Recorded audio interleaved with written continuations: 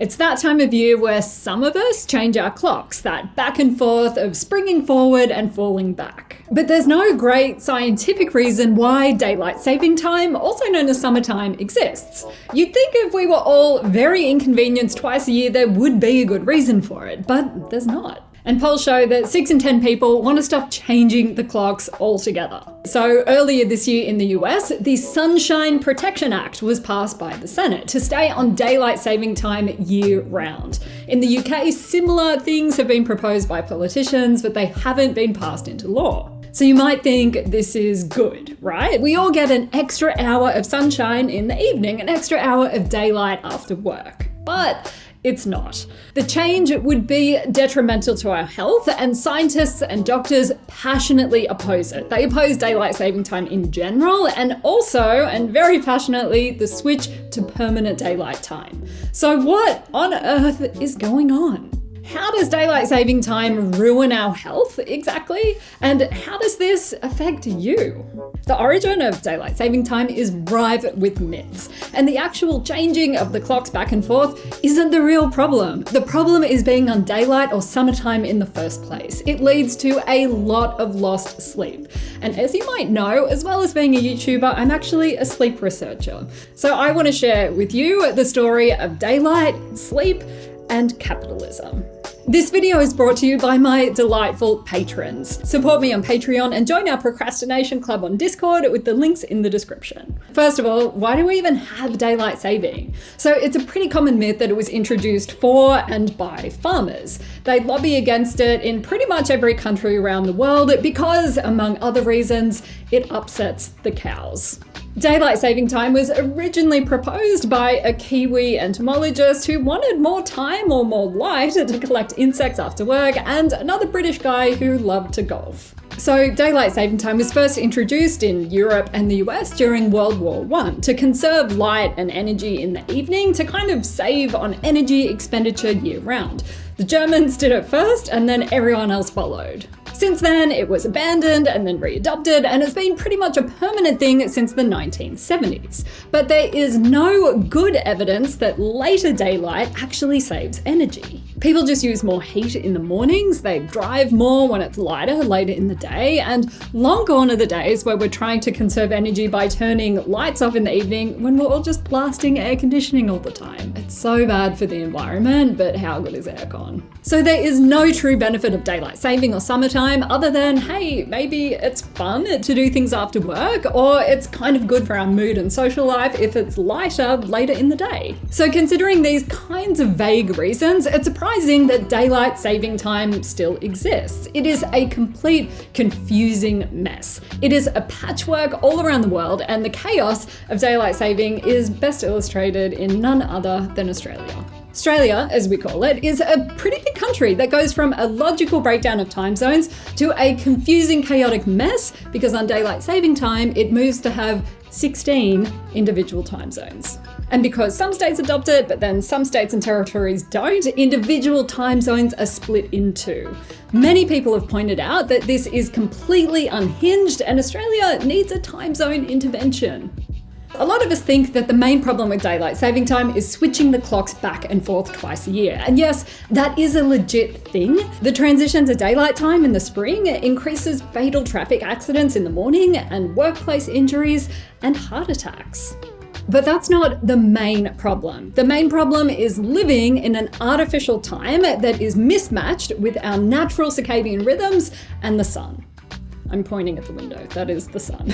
The main problem with daylight time is that it screws up our body clocks. Inside our brains, we have an inner clock. It's a brain structure that I talk about a lot called the SCN. And then every cell in our body has an inner circadian clock that are all in sync with our master clock in our brain, with the SCN. These clocks regulate everything from your alertness to your body temperature and blood pressure and even hormone levels. And they are constantly trying to synchronize with the environment. I keep pointing to the window that you can't see because they're trying to synchronize with light, because we all evolved on this fun planet that has a 24-hour light-dark cycle. If you have or you're exposed to morning light, you synchronize best with the day, and your body clock is ticking away in a fashion that helps you fall asleep at a reasonable time in the evening. But if you add an artificial clock to that, like daylight saving or summertime, your body clock shifts later and you fall asleep later.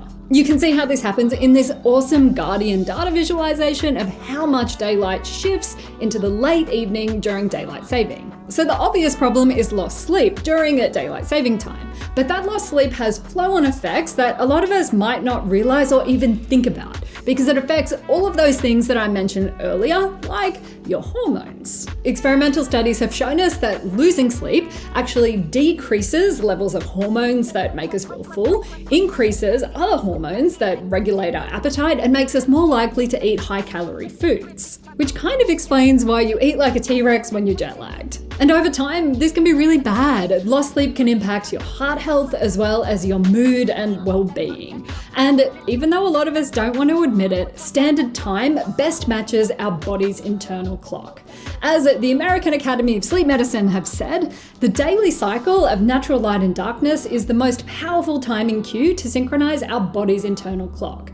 When we receive more light in the morning and darkness in the evening, our bodies and nature are better aligned, making it easier to wake up for our daily activities and easier to fall asleep at night. Which is basically what I just said. So why then, after all of this, would a country choose to have daylight time year-round? Back in March, the United States started the process of passing the Sunshine Protection Act, which, to be honest, sounds like the most American Culture Wars name for an act. Like, you don't need to protect sunshine, it's always there. One scientist actually suggested that they call it the Darkness Protection Act. What a burn. Anyway, the Sunshine Protection Act could make daylight saving time permanent across the country from late 2023 if it is passed by the House of Representatives and then signed into law. And it is easy to look at America from other countries from overseas and say, wow, that's just America being very America. That will never happen to me in my country, when it very well could. The main continued reason for daylight saving in general and its maybe permanence in America is an economic argument. People would spend 3.5% more if there was daylight time year-round. We know that in the months when it's lighter, later outside, people spend more money. We all do more things. So why not try to carry that economic effect over the winter months when we're normally in standard time?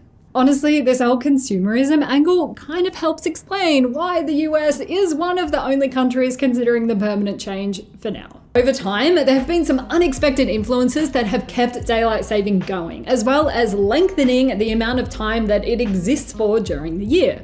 One of them is the candy industry, who lobbied to have Halloween included within daylight saving time to increase the profits of Halloween. A bit spooky. There's also the golf industry, who in the 1980s pushed for an extra month of daylight saving time, saying that it would get them an extra $400 million in revenue.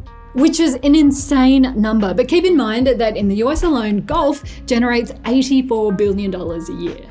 And this daylight link has run true in the past. In the 1920s, the Washington Post reported that golf ball sales in 1918, the first year of daylight saving, increased by 20%. That's a lot of balls.